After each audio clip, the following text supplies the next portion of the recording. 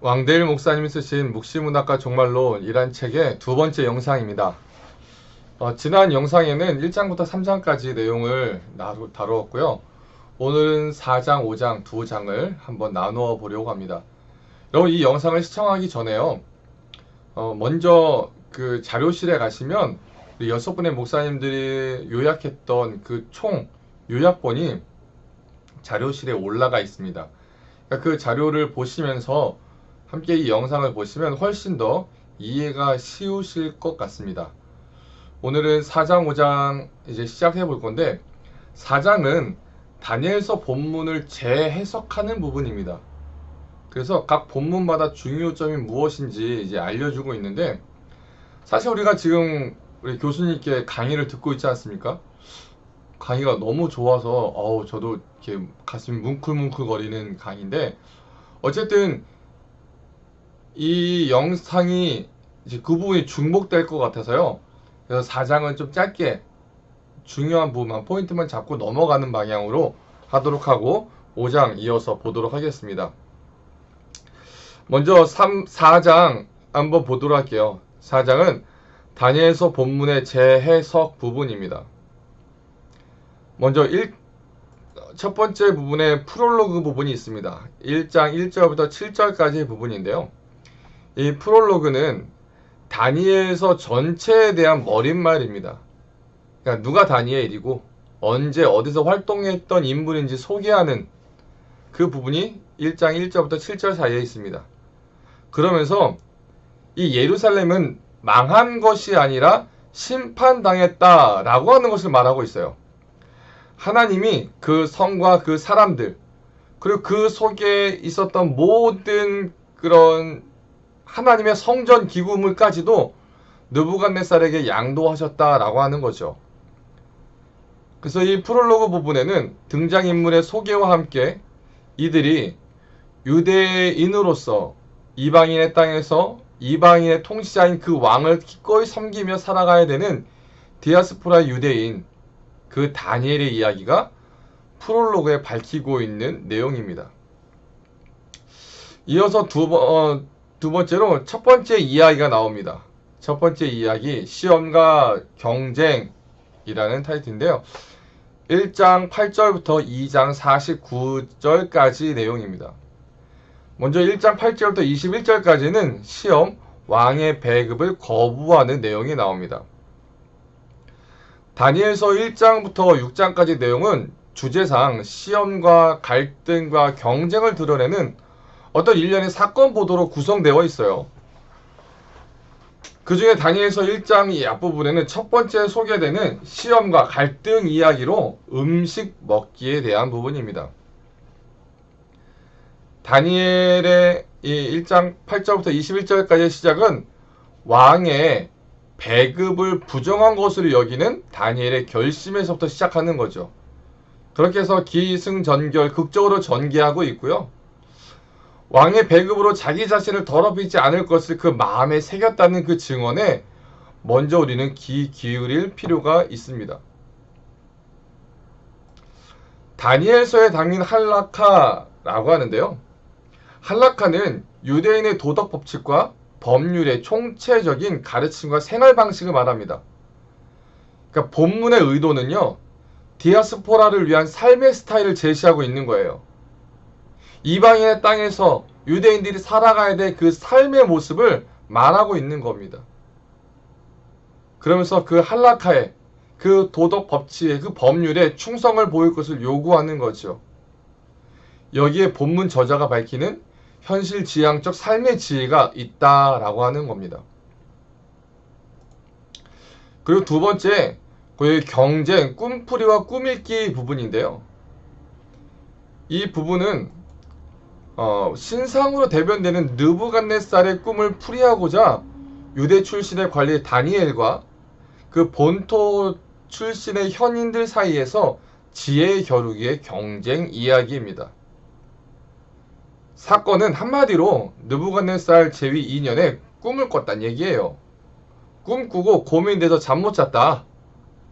그래서 1절에는 문제 제기하고 있고요. 29절까지 문제 풀이로 본문 전체를 두 개 단위로 나눠보게 되는 그렇게 되어져 있습니다. 본문의 유형과 그 의미는요. 이 다니엘서 2장은 전체적으로 이방인 통치 밑에서 살던 유대인의 삶의 스타일을 규정하는 거예요. 그러니까 하나님께 대한 헌신에 의해서만 그들은 성공할 수 있다 말하면서도 혁명이나 반역보다는 인내를 가르칩니다. 그러니까 다니엘서 2장의 저자는요. 이방인 통치자들을 거부하지 않아요. 도리어 이방인 왕을 하나님의 계획의 일부로서 소개하고 있는 것이 바로 2장의 내용입니다. 그러면 그 두 번째 이야기인데요. 갈등과 경쟁 부분입니다. 3장 1절부터 4장 37절까지의 부분인데 먼저 왕의 금신상의 숭배를 거부한 그 시련의 부분이 3장에 나와 있습니다. 이 3장을 보면서 우리는 두 가지 해석의 지평이 있어요. 뭐냐면 이 부분이 과연 미드라시인가 아니면 순교사화인가 라고 하는 거죠. 헬레니즘의 창궐과 함께 팔레스타인 유대인 사회에는 우상 숭배에 대한 위협을 받게 됩니다. 그리고 다니엘 3장은 우상 숭배 위협에 처할 동료 유대인들에 대해서 옛 예언자들의 글에 대한 미드라시 형식으로 전달하고 있다라는 거죠. 그리고 또 다니엘서 3장을 다른 해석으로 순교자 이야기로 읽어가는 노력에서도 드러나요. 그러니까 다니엘서 3장의 순교자들에게는 순교 직전 상황 가운데 기적이 일어나잖아요. 순교자들은 극적으로 구출되는 겁니다. 그리고 현실 세계 가운데 큰 보상이 이루어집니다. 그러니까 이 3장에서 말하고자 하는 것은 무엇이냐면요. 하나님께서 당신의 종의 충성을 영예롭게 하신다. 그것을 감동적으로 전하는데 그 의미가 있다고 하는 거죠. 이 본문 구성과 해석을 어떻게 보냐면요. 결과적으로 예루살렘을 함락시켰던 그 느부갓네살로 하여금 유대 사람의 하나님 앞에 무릎을 꿇게 하는 그 부분이 바로 이 말씀입니다. 그런데 재미있는 건 이 시험의 결과가 유대인들이 이방 왕으로부터 자유함을 얻었다. 그게 아니라는 거예요. 이 이야기는요. 단지 왕이 그들을 사랑하게 됐다. 라고 하는 것으로 끝납니다. 그러니까 어떤 종교적이나 정치적이나 변혁도 아무것도 없었어요. 이 이야기의 의도는 그 땅에서 살아가는 디아스포라들에게 용기와 힘을 불어 넣어주는 그런 말씀이다 라고 하는 거죠. 그리고 이어서 4장에는요. 꿈풀이 경쟁이 이루어집니다. 이 4장에서 다니엘은 꿈을 해몽하는 능력을 드러내요. 그런데 4장의 주역은 다니엘이 아닙니다. 이 본문의 이야기는요. 진정한 초점은 느부갓네살에게 있어요. 여러분 느부갓네살이 누굽니까? 그는 땅의 지배자입니다. 그는 스스로 땅의 지배자라고 큰소리치는 자예요. 그런데 그런 그가 하늘의 왕이신 지극히 높으신 하나님의 진정한 통치자 앞에 자기가 무릎 꿇게 되어지는 거죠. 그래서 이 4장의 본문은 두 지배자에 대한 이야기를 싣고 있습니다. 땅의 지배자가 지극히 높으신 하나님을 찬양하는 이야기. 이것이 바로 4장의 이야기입니다. 자, 세 번째 이야기로서요. 경쟁과 실현의 부분입니다. 5장 1절부터 6장 28절까지의 부분인데요. 그 잔치 석상 가운데 글씨가 나타나는 우리가 많이 알고 있는 부분이죠. 메네메네 대개 우바르신이라고 하는 풀이가 5장 1절부터 31절까지의 부분입니다. 이 다니엘서 5장은요, 엇갈리는 두 견해가 있습니다. 하나는 어떤 견해냐면 신성 모독을 저지른 자에게 경고하는 이야기예요. 그러니까 예루살렘 성전에서 탈취해 온 성전 기물을 가지고 술을 퍼마시는 그 벨사살 왕, 그를 신성 모독하는 그런 가상적 모델로 세우는 거죠. 그리고 벨사살 왕이 급사한 것처럼 신성 모독을 저지른 그 안티오코스가 이제 곧 하나님의 형벌로 죽고야 말 거다 라고 하는 이야기를 강하게 토로하는 부분이 바로 5장의 이야기다 라고 이야기하는 한 견해가 있고요. 또 다른 하나는 신바벨로니아 왕국의 급작스러운 종언을 보도하는 역사다 라고 이야기를 해요. 이건요, 이 벨사살이 역사적 실존 인물이었다는 점에서 논리의 정당성을 찾는데, 이 벨사살은 어떤 사람이었냐면 신바벨로니아 제국의 마지막 왕 나보니두스의 아들이었어요. 근데 그가 바벨로니아 제국이 망하기 전에 수년간 바벨론에서 섭정을 했던 것으로 여겨집니다. 그런데 그는 실제적 왕은 아니었고요. 그래서 다니엘 5장을 목격담으로 역사적 기록으로 읽기에는 무리가 있다라고 그렇게 저자는 말하고 있습니다. 그리고 이어서 이제 시련의 이야기인데요. 사자굴에 갇힌 다니엘에 대해서 6장에 대해서 이야기하고 있습니다. 여러분, 다니엘서 3장이나 6장 모두 이방인의 궁궐에서 높은 지위로 관리로 일하던 자에게 닥친 어떤 시련 이야기를 보도합니다. 근데 3장 이야기 배경이요, 바벨로니아예요. 그리고 6장의 이야기는 페르시아라는 차이가 있습니다. 그런데 모두 왕을 모시는, 돕는 그 관리이고 신하라는 점에서는 똑같습니다.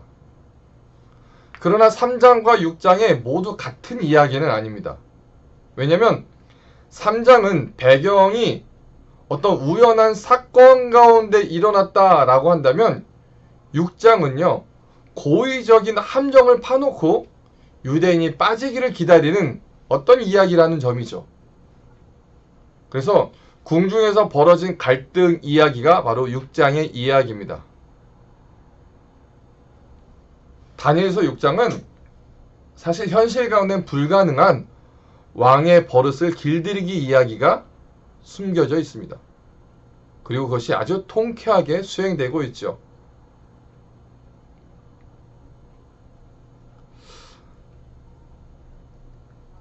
자, 이어서 우리가 이제 환상과 상징, 혼돈의 역사가 이루어지는 7장, 8장으로 넘어가 볼 수 있습니다. 다니엘서 1장부터 6장까지가 어떤 다니엘이 꿈을 상징하는 그 꿈을 풀어내는 그런 능력을 가진 자로서 소개되었다면 7장에서부터는 자신이 듣고 본 자로 나타납니다. 7장에 나오는 네 짐승은 2장의 주제인 금, 은, 놋, 철과 진흙으로 이루어진 신상을 계승하고 또는 확대시키고 있습니다. 그래서 7장과 8장의 양식으로는요, 어떤 보고 들은 환상을 진술하는 보도문으로 기록됐다라고 하는 거예요. 그러니까 곧 꿈에 봤던 상징적인 환상문을 7장에서 8장에서 언급하고 있습니다. 이것은요, 묵시문학적 양식으로 어떤 예언자와 상징 환상과는 구분되는 특징이 있어요. 그러니까 묵시문학은 내가 봤다, 이게 강조되어지는데, 예언문학은요, 야훼께서 말씀하셨다, 야훼께서 내게 보이셨다, 이것을 강조하고 있는 거죠. 자, 9장입니다. 9장에서는요, 천사의 담론, 예루살렘의 황폐함에 관한 미드라시의 내용입니다. 여기는 71회로 듣는 70년에 대해서 이야기를 합니다. 9장은 기도와 계시로 소개되는 글입니다. 그 내용은 예루살렘의 운명, 곧 황폐함에 있습니다. 보다 정확히는 예루살렘의 황폐함의 기간에 대한 묵시적인 해석에 관련된 이야기입니다. 예루살렘의 운명을요, 70일에라고 하는 기한에 맞춰서 전개하고 있고요. 이 70일에는 이스라엘 백성과 예루살렘 성을 위해서 정해진 기간입니다. 곧 예루살렘을 중건하라고 하는 명이요, 명이 날 때부터 7 더하기 2, 62일에가 지나가고 그 후에 임하는 한 왕이 성위와 성소를 회파합니다. 그러나 다니엘의 기도문에는요, 이에 대한 어떤 신앙적 좌절이나 절망에 대해서는 어떤 언급도 없어요. 왜냐하면 성전의 폐망과 회복은 하나님이 정하신 계획과 기한에 따른 것이기 때문입니다. 또한 천사의 계시는 유다 민족이 예루살렘의 황폐함을 겪어야 하는지도 묻지 않아요. 그냥 천사의 계시의 관점은요, 황폐함의 이유가 있는 게 아니라 그 기간에 있기 때문입니다.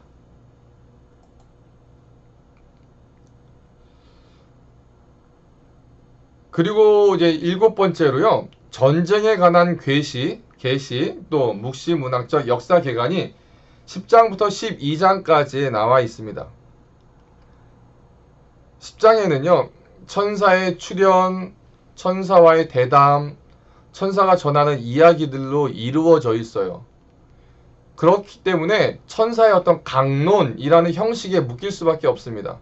그리고 목적은 그 말씀을 듣기 위해서예요.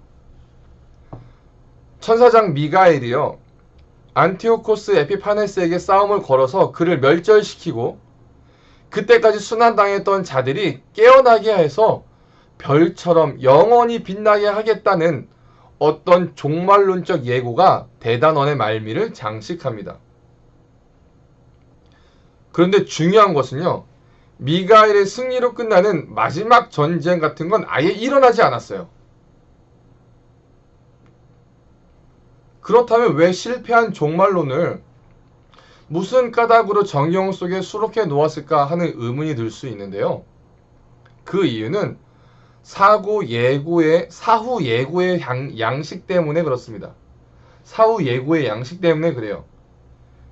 이 양식은 어떤 것이냐면 이미 겪은 사실, 이미 이루어진 역사적 사실들을 하나의 예고 형식으로 기록하는 겁니다. 그러니까 이것은 아직 이루어지지 않은 안티오코스의 일을 종말에 관한 예고의 신빙성을 높이려는 효과를 노리는 거죠.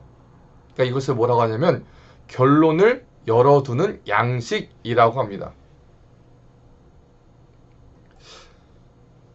그 다니엘서에 보면 종말의 도래를 표현하는 여러 가지 숫자들이 있거든요. 한때, 두때, 반때, 1290일, 1355일, 1335일, 이런 것들을 어떤 종말의 어떤 시간적인 개념에서 우주적 차원의 사건으로 변형을 시키고 있어요. 그래서 더 이상 안티오코스의 관계에 대해서 언급하지 않는 거죠.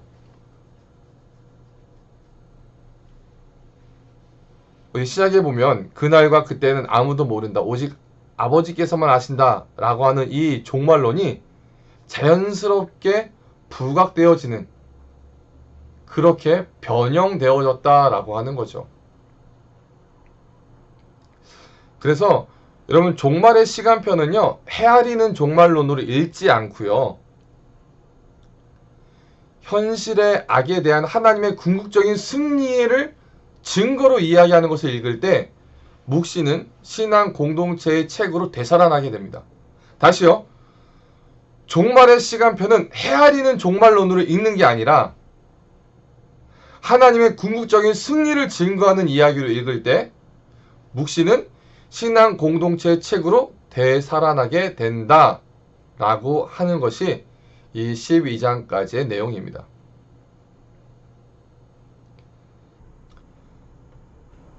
자, 그러면 5장 묵시문학과 종말론에 대해서 생각해 보도록 하겠습니다. 먼저 묵시문학의 역사 이해를 한번 생각해 볼까요? 우리가 묵시문화의 역사를 어떻게 이해해야 하냐면 현재 역사를 악한 세력이 장악하고 있는 것을 보는 비관주의적 역사 이해, 그리고 선과 악의 이원론적 태도를 보는 것입니다. 그러나 묵시문학이 하나님의 계획에 따라 진행되고 있다라고 하는 신념을 절대로 놓쳐서는 안 됩니다. 다니엘서에는요, 수많은 상징 언어들이 나타납니다. 그러니까 묵시문학의 양식적 비평적 연구는 아무 기능을 한다라고 이야기를 하거든요. 그러니까 상징 언어가 특수 계층의 언어가 아니라 다양한 계층의 사람들이라도 그 암호를 알아들을 수 있고요. 또 어느 한순간에만 적용되는 것이 아니라 언제든지 재적용될 수 있는 복합적인 의미를 지니고 있다라고 말하고 있습니다. 묵시문학의 역사관은요, 모든 진행 과정이 이미 확정되고 결정되어 있다고 보는 어떤 닫힌 역사관입니다. 반면에 예언문학은 예언자들의 역사란 미리 결정된 것이 아니고 이스라엘이 잘못된 길에서 돌아서면 여호와의 심판의 뜻을 돌이킬 수 있다고 보는 열린 역사관이 예언문학에 많이 담겨져 있는 거죠. 우리 묵시문학은 이렇게 이해를 해야 합니다. 그렇다면 묵시문학의 어떤 상징을 보려고 하는데요. 다니엘서에 보면 상징적인 형상이나 숫자들이 많이 있어요. 큰 신상, 뜨인 돌, 손가락, 작은 뿔, 이런 것들이 형상이고요. 70일에 한때, 두때, 반때, 1290일, 이런 종말에 이르는 상징적인 숫자가 있습니다. 그렇다면 왜 이런 상징을 사용하고 있는가? 다니엘서의 묵시는요, 하나님이 선포하는 말씀이 아니라 인간이 보고 느낀 것, 그 꿈과 환상에 기초하고 있기 때문에 상징으로 나타날 수밖에 없다는 거죠. 그리고 추상적이고 비유적이 될 수밖에 없는 겁니다. 그래서 이 상징들은 어느 한 순간에만 적용되는 게 아니라 비슷한 상황이 제기될 때마다 언제든지 다시 적용될 수 있다라는 겁니다. 다니엘서에는 금 신상이 금, 은, 동, 철과 흙으로 전개되어지는 어떤 역사의 종말을 들려주는 상징적 시나리오가 있어요. 다니엘서의 묵시적 상징들은 하나님이 정해놓으신 시각에 철저하게 무너지고 만다는 메시지를 전하고 있는 겁니다. 특별히 다니엘 10장 13절은 하나님을 대적한 타락한 천사들이 그들의 두목격인 사단의 통솔을 받아서 우주에서 전쟁을 벌이는 장면이 나옵니다. 지금 현 세대를 악마인 사탄이 지배하고 있지만 다가오는 새 시대에는 천사들이 하나님의 최후 승리를 하게 된다라고 하는 것을 말하고 있는 거죠. 그렇다면 세 번째 묵시문학과 종말론에 대해서 한번 생각해 보겠습니다. 유대 묵시문학에는요, 두 종류의 종말론이 있어요. 유대 묵시문학이 전하는 종말론의 세계는 한편으로는 종말에 도래하는 세상이 어떤 것인지 묘사하고, 또 한편으로는 역사의 종말에 이르는 과정을 서술하고 있습니다. 자세한 것은 옆에 보여있는 표를 참고하시면서 어떤 종말론이 있는지 참고해 보시고요. 역사적으로 이 다니엘서가 지금과 같은 모습으로 편집되어졌던 때는요, 기원전 2세기, 즉 마카비 전쟁으로 전쟁과 갈등, 혁명과 투쟁의 시대였어요. 그러니까 다니엘의 7장부터 12장의 세계는 바로 이 시기에 기록되었습니다. 기원전 2세기에. 그런데 반면에 1장부터 6장에 배경되는 시대는요, 기원전 6세기 바벨론 포로기를 설정하고 있어요.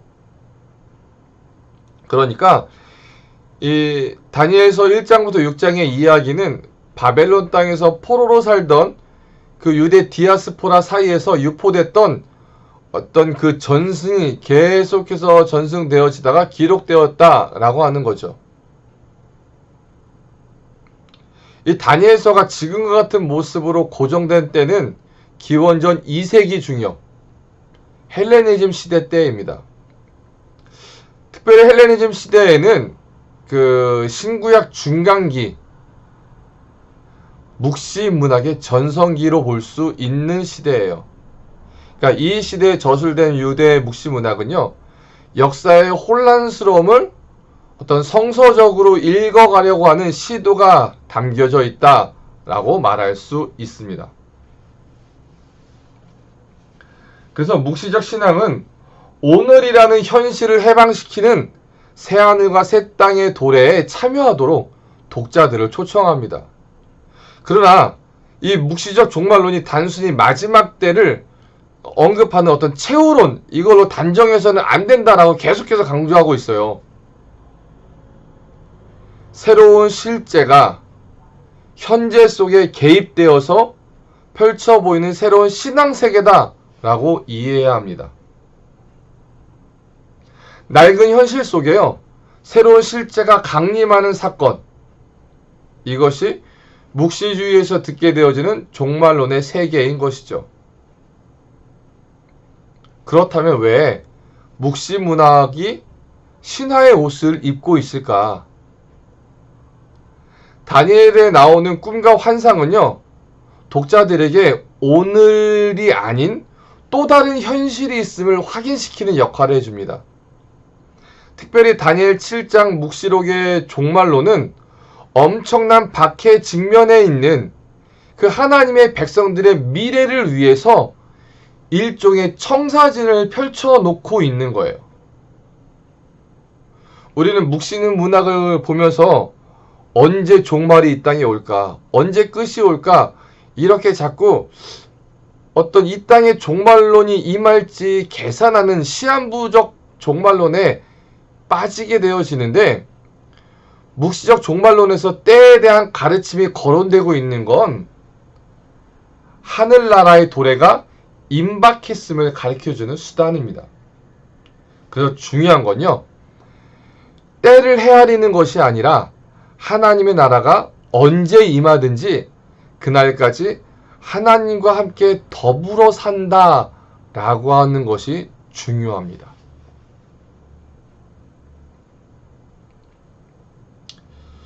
그렇다면 묵시 사상과 쿰란 공동체에 대해서 한번 생각해 볼게요. 우리는 다니엘서를 묵시 문학이라고 부르고 있지 않습니까? 근데 유대 전통에서는 다니엘서를 묵시라고 불리지 않았어요. 유대 공동체가 수용한 글에는 묵시라는 장르 자체가 없어요. 구약의 다니엘서를 묵시라는 유형에 분류하기 시작한 것은 19세기부터예요. 19세기부터. 그러니까 19세기 성서학자들이 다니엘을 묵시로 분류했던 까닭은요, 그 책의 바탕이 요한계시록과 비슷했기 때문에 그렇습니다. 이것이 많이 나타나 있는 것이 쿰란 문서인데요.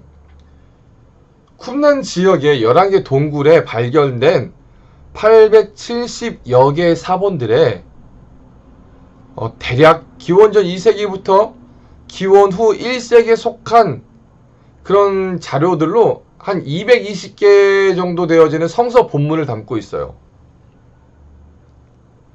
그러니까 쿰란에서 발견된 구약 성서 사본은요, 기원전 1세기 이전 고대 히브리어의 철자법을 깨워줄 뿐 아니라 구약 성서 정경화 과정 가운데 구약 본문이 어떤 과정으로 표준화되어졌는지를 들여볼 수 있는 그런 자료가 되어집니다. 여러분, 쿰란 공동체는요, 묵시를 저술하지 않았습니다. 쿰란 공동체는 묵시 문학이라는 유형과 직접적인 관계가 없어요. 그런데도 불구하고 우리는 쿰란 공동체를 묵시적인 공동체로 규정하고 있는데, 왜 그러냐면 그들이 비록 묵시를 편찬하지 않았다 해도 그들의 삶이 창조주 하나님과 악의 대립, 또 역사에 대한 결정론적 이해와 종말에 대한 기대, 메시아를 대망했고 종말론적인 전쟁과 또 부활과 영생, 하늘나라에 대한 소망, 어떤 묵시 사상에 대한 기초의 이념에 따라서 살았기 때문입니다. 그들은 자신들이 전수받았던 어떤 유산을 가지고 쿰란에 모여서 살았지만 그 삶 자체가 묵시적 가르침에 따라 살았기 때문에 그들을 묵시 공동체다라고 말하고 있는 거죠. 쿰란 공동체는 묵시적 세계관이나 묵시 사상을 무장한 공동체였습니다.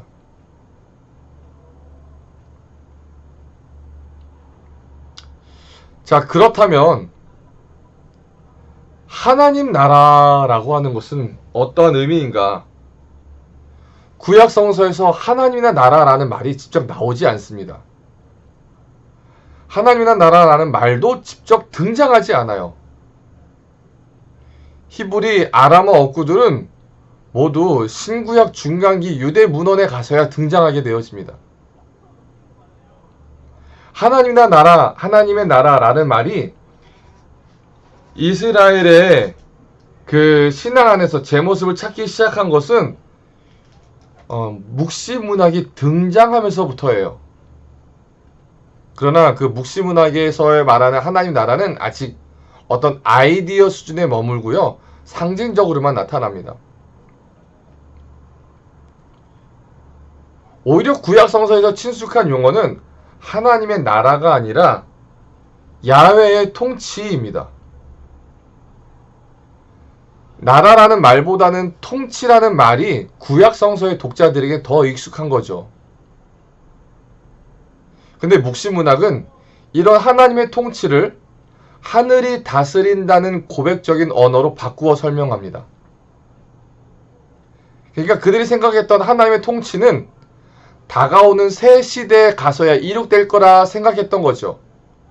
그런데 다니엘서는 하나님이 여전히 이 현실 역사 가운데 다스리고 있다는 신념을 포기하지 않아요. 그것이 바로 하늘이 다스린다라고 하는 고백으로 정형화되어 있습니다.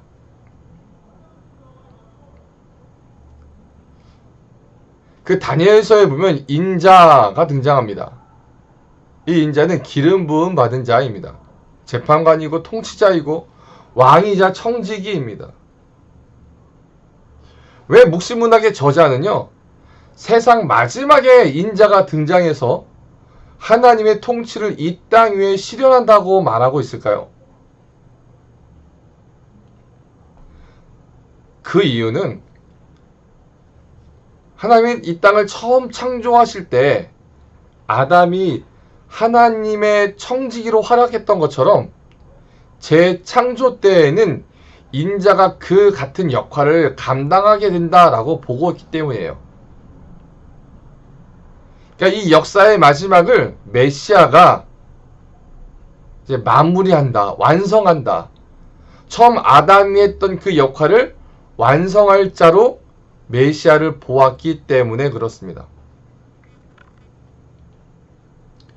여러분, 묵시문학의 하나님 나라는요, 우리에게 지금 오고 있는 나라입니다.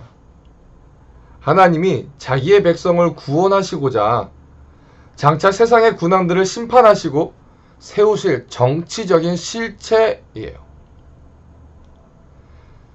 하나님의 나라는 종말에 도래하지만 이미 오늘 여기에 개입해 들어와 있는 하나님의 통치가 바로 하나님의 나라인 거죠. 다만 그것이 명시적이보다는 상징적이고 또 공개적이기보다는 시사적일 뿐인 겁니다. 하나님의 나라는 미래 어느 공간이 아니라 오늘, 지금 우리 안에 이루어진 삶의 차원에 대해서 말하고 있는 겁니다.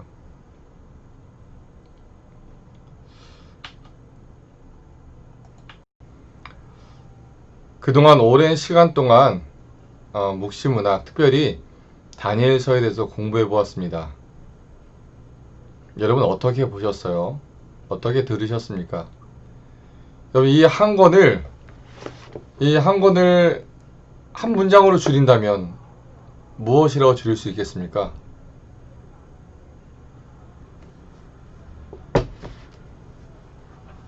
오늘을 살아가는 우리 가운데 견디도록 오늘 이겨라 라고 응원하시는 하나님의 메시지가, 하나님의 마음이 바로 이 책에 담겨 있는 겁니다.